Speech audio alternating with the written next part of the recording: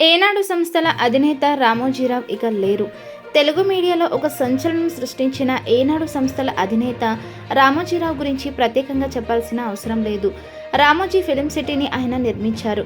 అలానే ఉషా కిరణ్ మూవీస్ సంస్థపై ఎన్నో అద్భుతమైన సినిమాలను చేశారు.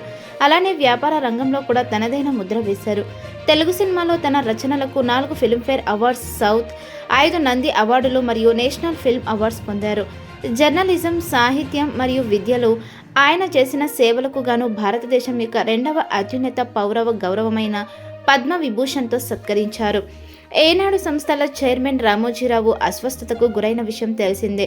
నిన్న మధ్యాహ్నం నుండి ఆయన నీరసంగానే ఉండగా రామోజీరావు ఆరోగ్యం క్షీణించడంతో ఆయన కుటుంబ సభ్యులు హుటాహుటిన హైదరాబాద్లోని రామోజీరావును ఇంటి నుండి నానక్రామ్ గూడలో ఓ ఆసుపత్రికి తరలించారు.